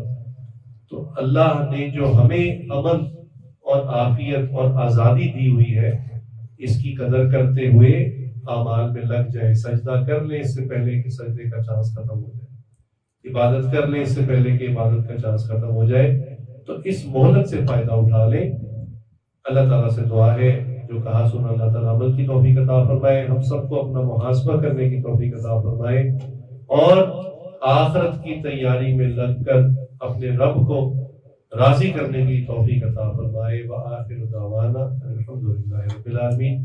فلسطین کے لیے ایک تو دعا ہے، دوسرا کام قنوت نازلہ ہے۔ اکثر مساجد میں اس کا اہتمام شروع ہو چکا ہے۔ آپ بھی اگر آپ کی مسجد میں نہیں ہے تو امام صاحب سے درخواست کریں، فجر کے بعد یہ دوسری رکعت کا رکوع کے بعد ایک دعا مانگی جاتی ہے، بڑی زبردست دعا ہے، اس کا ترجمہ بھی آپ اگر پڑھیں، کفار کے لیے بد دعا ہے بنیادی طور۔ تو یہ بھی وہی دعا والی ہی چیز ہے لیکن مسنون ہے، رسول اللہ صلی اللہ علیہ وسلم نے سکھائی ہے۔ تیسرا جو کام کرنے والا یہ ہے کہ آپ اگر فلسطینی بھائیوں کی مدد نہیں کر سکتے تو خدا را ان سے دشمنی بھی نہ کریں۔ جی، یہ دشمنی ان سے اس طرح سے کی جا رہی ہے کہ یہودیوں کی پروڈکٹس ابھی بھی مسلمان استعمال کر رہے ہیں۔ اللہ اکبر! یعنی اب تو وہ برانڈ سامنے آ چکے ہیں جو براہ راست ایڈ بھیج رہے ہیں اسرائیل کے اندر، ان کے چارٹر جہاز جا رہے ہیں۔ میکڈونلڈ نے وہاں پر فوجیوں کے لیے، اسرائیلی فوجیوں کے لیے کھانا عام کر دیا۔ ایک میں نے ویڈیو کلپ دیکھی، میکڈونلڈ کا جو کمپنی کا کارپوریٹ کلر ہے، ہر کمپنی جو پروفیشنل کمپنی ہوتی ہے اس کا ایک کارپوریٹ کلر ہوتا ہے، اس کا لوگو، اس کی ساری تھیم، اس کی آؤٹ لائن، ہر جگہ پہ وہ کلر ہوتا ہے۔ تو میکڈونلڈ کا جو کلر ہے یہ وائٹ بیک گراؤنڈ کے اوپر ریڈ کلر کا میکڈونلڈ لکھا جاتا ہے، اور کچھ یلو بھی ہے۔ لیکن ایک ویڈیو کلپ آئی جس میں میکڈونلڈ نے اپنا کلر تھیم چینج کر لی ہے اسرائیل کے اندر۔ انہوں نے اسرائیلی جو جھنڈا ہے اس کے مطابق وہ جو ایک بلوئش کلر ہے ان کے جھنڈے کا، وہ اور وائٹ بیک گراؤنڈ، اپنی جو پیکنگ ہے برگر کی اور وہ سب وہ کر لیا۔ تو اس میں جو جس نے ویڈیو بنائی ہے وہ پوچھ بھی تھے کہ یہ کیا ریزیبل کر رہا ہے، تو بالکل ان کا جھنڈا ہے اسرائیلیوں کا۔ اب دیکھیں نا، اس سے زیادہ وہ اور ان کی کیا سپورٹ کر سکتے ہیں کہ ہم تو اپنے فلسطینی بھائیوں کی کوئی سپورٹ نہیں کر رہے، اور وہ لوگ اپنی یعنی یہودیوں کی پوری سپورٹ کر رہے ہیں۔ کارپور جو ایک سٹور پاکستان کے اندر بھی ہے، انہوں نے بھی بہت ایڈ بھیجی ہے وہاں پر۔ اس کے علاوہ بھی جتنے یہ بڑے بڑے برانڈز ہیں جو ملٹی نیشنل ہیں، یہودیوں کے ہیں، تو وہ وہاں کھلے عام ایڈ بھیج رہے ہیں، اور یہ نہیں کہ وہ اس پہ کوئی چھپا رہے ہیں یا شرمندہ ہے، وہ میڈیا پر اوپن نہیں بتا رہے ہیں کہ جناب ہم نے بھی مدد کی ہے اور ہم بھی مدد کر رہے ہیں، ہم بھی حصہ ڈال رہے ہیں۔ تو یہودی اپنا حصہ ڈال رہے ہیں اس ناجائز کام میں، اور مسلمان ان کے سپورٹر بن رہے ہیں۔ تو اس لیے بار بار کہتا ہوں کہ فلسطینیوں کی اگر مدد نہیں کر سکتے تو کم از کم ان سے دشمنی نہ کریں، اپنا پیسہ یہودیوں کو دے کر مزید ان کو اسلحہ خریدنے کی اور بارود خریدنے کی جو ہے وہ ان کی امداد نہ کریں۔ تو بالکل 100% بائیکاٹ کریں۔ اچھا، اس بائیکاٹ کی میں عملاً تصویر آپ کو بتا دوں۔ آپ سٹور میں جاتے ہیں، سٹور میں ہر قسم کی چیزیں پڑی ہوئی ہیں، یہودیوں کی کمپنی کی پڑی ہوئی ہیں، تو انسان خریدتے وہ کہتا ہے یار مجھے تو عادت ہے یہ فلاں چاکلیٹ ہی میں نے کھانی ہے، یا یہ فلاں نوڈلز ہی میں نے کھانی ہے، یا یہ فلاں جیلی ہی میں نے کھانی ہے، میرا ایک فلیور بنا ہوا مجھے اور کوئی چیز پسند نہیں ہے۔ تو دیکھیے اس وقت بندہ سوچتا ہے یار اکیلا میں اگر یہ کھا لوں گا تو کون سی تباہی آ جائے گی، اس میرے جو چند روپے ہیں اس سے کیا ہو جائے گا۔ دیکھیے آپ نے یہ محاورہ سنا ہے اور یہ بالکل درست ہے کہ قطرہ قطرہ مل کر سمندر ہوتا ہے۔ جو سمندر ہوتا ہے وہ اس میں کتنا پانی ہوتا ہے اس کو کوئی پیمائش نہیں کر سکتا، لیکن یہ بنتا کیسے ہے سمندر؟